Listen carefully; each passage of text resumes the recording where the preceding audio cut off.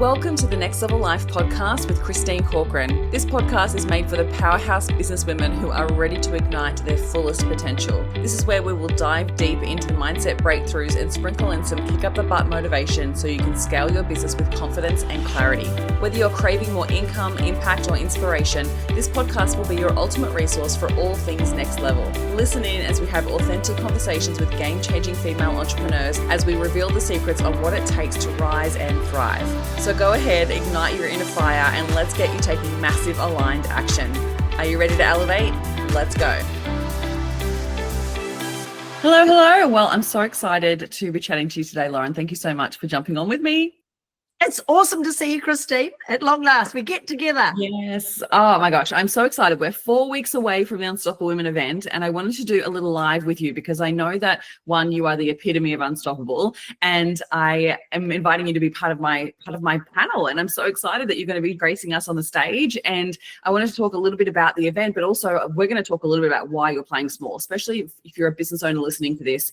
One of the biggest things that I see, especially in Australia and New Zealand, like we experience this tall poppy syndrome, and we also really don't shine our lights as bright as we possibly could, and we hold ourselves back. And I think there's an element of like it's a smaller population, so it's a little bit scarier to put ourselves out there.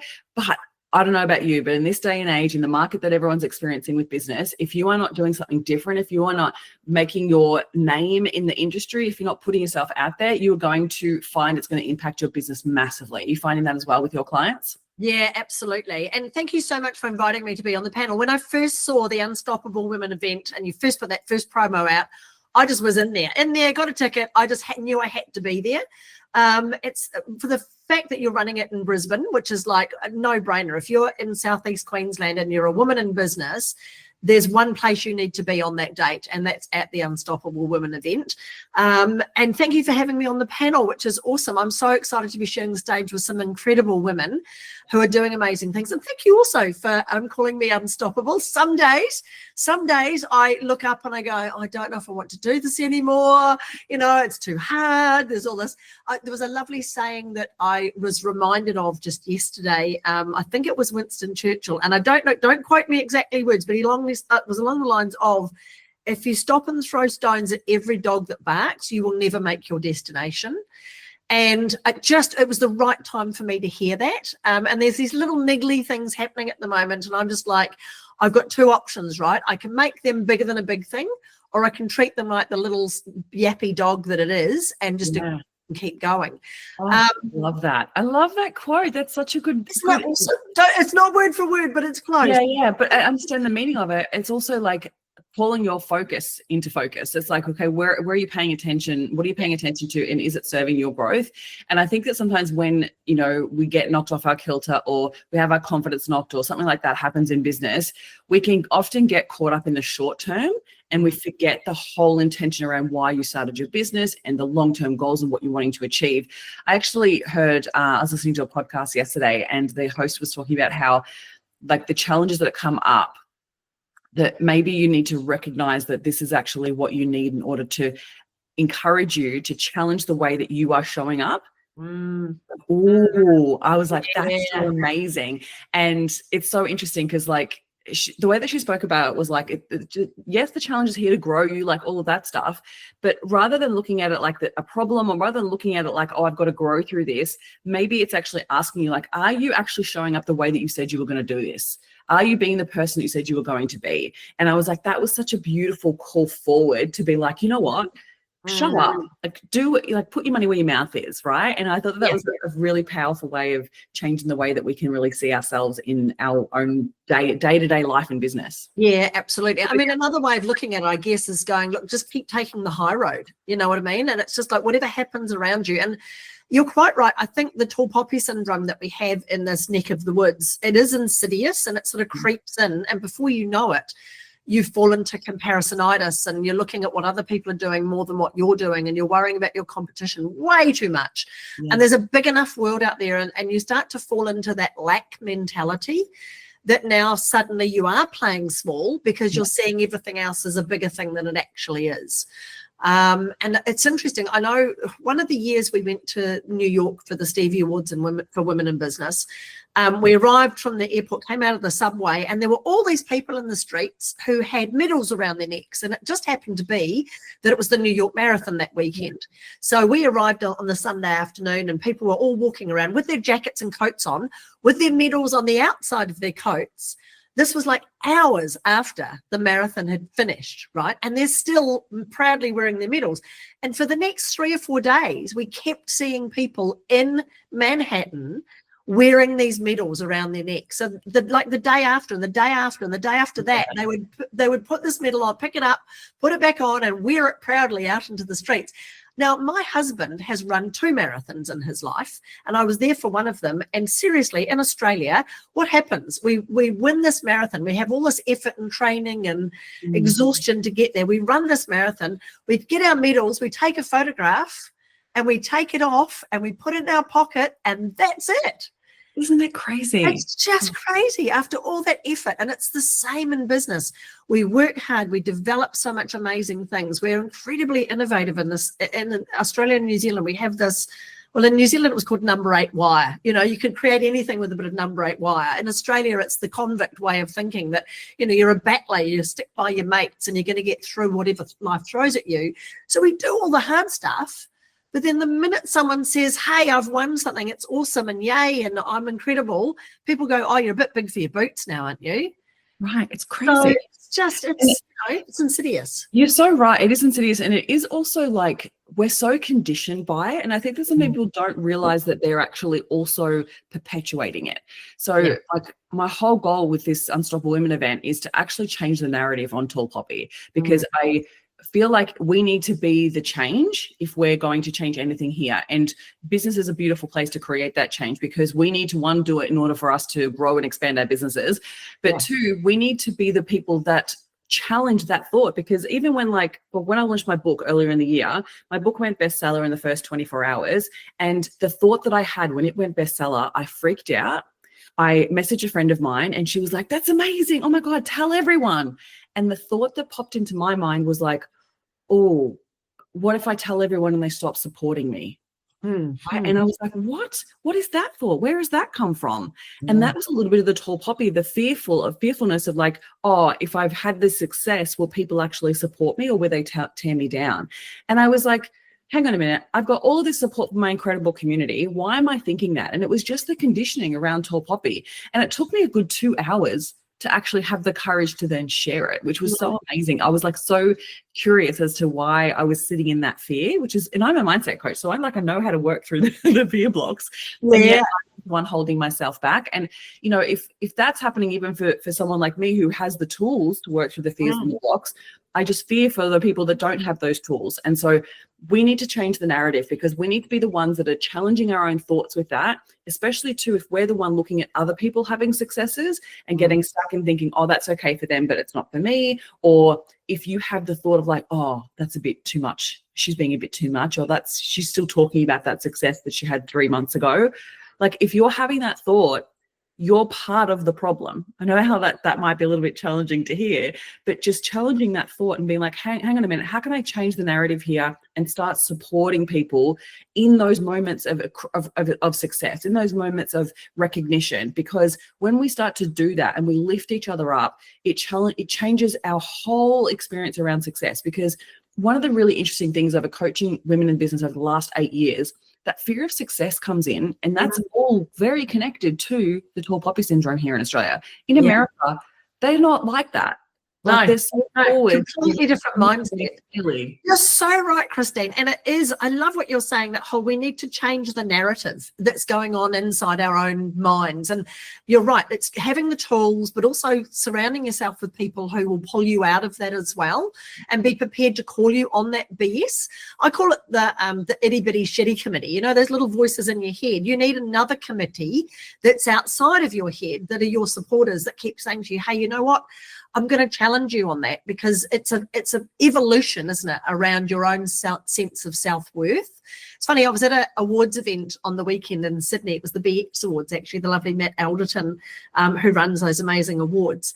And there was a moment where the fabulous Colin Lee, who's an amazing property investing guru, he's just such a heartfelt guy. He's helped so many hundreds of thousands of people, set up their financial futures. He's just got an amazing way of doing things. He won his award and he leapt in the air and he did what Colin does. He was just loud. He was shouting. He was hands in the air. He was pointing fingers. He was up on that stage. He was bouncing on. Yes, he went off, right? And this woman next to me said, "Oh, I don't like that. It's a bit over the top." And I went, "Oh, okay. I'm not going to hold back." And I said, "No, I love it, actually. I think Colin's an amazing guy and he deserves every accolade. He works very hard for what he does. He's incredibly supportive of this community. I think that's a you problem." And she went, "Oh, no, I don't think so. I think that," and we had this whole heated discussion. Wow. And I'm on your side of the fence, Christine. It's not about whether you're better or worse or whatever, but it was actually seeing that tall poppy syndrome in action. Yeah. Where his celebration was making her feel uncomfortable. And you're right, we need to change that whole narrative, the whole way that we celebrate success. Yeah, and let them, like, if that's the way that person wants to celebrate their success, why can't we look at that and be like, far out, that's amazing, right? Yeah. I might do it differently, that's okay, but you know what, like, let them be in their joy. Yeah. Like, there's nothing wrong with that. And oh my gosh, what a beautiful experience. But also I love that you challenged her, because we need to be the ones that are challenging that, because the thing is too, like, it's so insidious, like you said, that when we don't celebrate other people's successes, we're actually repelling that success for ourselves. Absolutely. And we're also making it not okay for us to celebrate our own successes. Because if you're saying you're having that judgment about someone else, I guarantee you, when you hit certain milestones yourself, when you hit certain, and you get an award, or when something great happens in your business, I guarantee you don't take the time to celebrate it for that exact same reason. Yeah, absolutely. And do you know what, Christine? Women are the worst at this. We're so quick to tear each other down. And you can put all over your social media, bossy is where I'm supposed to, and I like being a bossy woman, and you can't tell me to be quiet, and I'm going to be big and bold and audacious and all these sorts of things, and then not be like that in real life, and tear down people who are bossy or audacious or loud or proud of their achievements. And as you say, women who are celebrating something that success of a book launch that might have happened a year ago. Big deal. Back them up. I mean, if you're not prepared to back up, it takes a year to write a book. Absolutely. So if you're not prepared to put some effort into supporting women in their success, that speaks volumes about how you think about yourself. For sure. And one of my most favorite things of reasons why I love to bring women together, and the reason why I'm doing this event, is to give people the experience of seeing what's possible. So when you're bringing other people to that space and you're seeing other people celebrate their successes, it's creating opportunity for you to be like, wow, if it's available for them, it's available for me. And if that is not the response that your brain is having, then that's a you. We need to rewire that part of your brain so you can see that success and be like, hell yeah, like that's available for me. And the other reason why I absolutely love events is because it shifts what you believe is possible for yourself, because you see this shift in perspective from other people's way of thinking about things and talking about things. So at the event, not only will we be having beautiful curated opportunities to create unique connections, but it's also an opportunity for you to develop your network. It's also an opportunity, and I'm going to teach people in a really unique way of doing this, because one of the things that I see Americans do really bloody well is network effectively. We just don't do it well here in Australia. We don't. We go, oh, here's my business card, and then we follow up once and then it's gone. And it's like, well, hang on a minute. Or often we're getting stuck in the scarcity thing of like, oh, I've got to get something from this, instead of actually really pouring into people that we really see in value in. And we also think, oh, I've got to get something straight away from this one person. I've got to get a client out of this. Like, it's so scarcity driven that we're not really developing our network that will support the growth and expansion of your business long term. And so it's a disingenuous thing as well, that people think they're being disingenuous by going to a networking event, because the whole point of it is to try and land some clients, right? In the back of their head, that's what they're thinking. Their purpose is to go and do that. And it just needs that switch to flick to go, well, no, it's not about getting clients. It's about what sort of amazing relationships could I get out of this just by being around the right people. And when you do that, because I see a lot of networking in Australia where people go to the same old things all the time because they're comfortable, they know the people, and they fall into that nice little quiet comfort zone. And then they get invited to go to a bigger event, or one that's got more, what would you call them, people who've achieved more in your mindset or whatever else. And now you start playing small because, I don't know if I belong here. So there's this whole disingenuous approach that if you flip that on its head and went, you know what, I'm not in this for the money, I'm not in this for the business, I'm in this for the deal.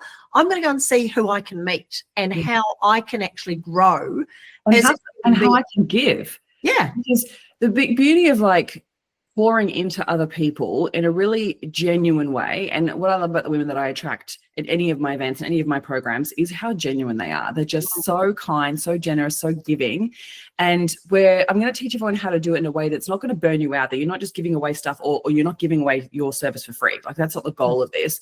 The purpose of this is to learn to give with the trust and the belief that it'll all come back to you. And it always does. And I've tested it and it does. It's crazy how amazing that level of reciprocity that happens when you really do pour into people for the right reasons, and it's not in a place of lack or scarcity or just to get. And I think you're right, it is a disingenuous thing. But I think sometimes I just want to acknowledge it's not an intentional disingenuous thing. I think it's just driven by the scarcity and the competition and the fear of not being able to achieve what you want to achieve, or, you really need to bring in another client. And the environment that we've grown up in, as you say, it's so different here in Australia and New Zealand compared to America, where the whole environment is don't get above your station, with your mates. I mean, I think it's ingrained into our culture. If you go back into Australia's history, when one of the convicts used to act up or do something bad, they didn't punish that convict. They took that convict aside and looked after them, and they punished everybody else. So that's grown into the whole psyche of Australia's well-being, is you don't desert your mates, you don't get higher than your station. So the minute that you jump up on stage and you shout and you go on about how great you are and how awesome it is, and look at my book and look what I'm doing, that cuts completely against this ingrained behavior and mentality that we have here. So it's interesting, isn't it? It's a very challenging conversation that we're having right now. And if you're watching this video and you've already been triggered, you're already thinking, oh, I don't like that, we've said some stuff that put you off, and that's not me, and I should, if you're starting to feel that way, you need to get your ticket to come to Unstoppable Women, because this, I feel, will be an event for so many people that will change their mindsets just enough for them to flick that switch to all of a sudden see a completely different world out there that's got no lack, no scarcity, no competition. There is so much opportunity out there for incredible women to do extraordinarily well if they just get out of their own way. And I think this is an event that'll help do that. And those mindsets, like, they're actually already preventing you from achieving what you want to achieve. So even if, like, as you're watching this, like Lauren said, like, if it's activating you, yes, get to the event, but also acknowledge that you don't realize how much it's actually impacting you today.